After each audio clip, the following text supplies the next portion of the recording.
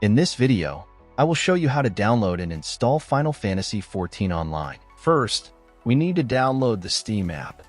Open your Google Chrome and search for store.steampowered.com. Link in description.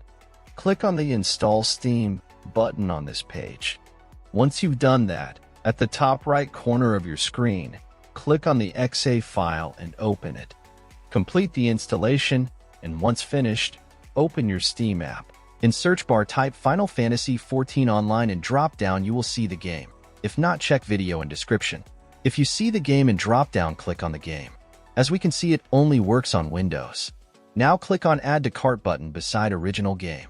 In new pop-up, click on View My Cart. Now click on blue Continue to Payment button. In Payment Methods, select your preferred payment method and proceed. After you're done with payment, next steps I will show with game I already own. After completing the purchase, go to your library. You can use the search box to find game you just bought or navigate directly to the games category. Next step I will show on game I own. First, click on the game you want to play. Now click Install.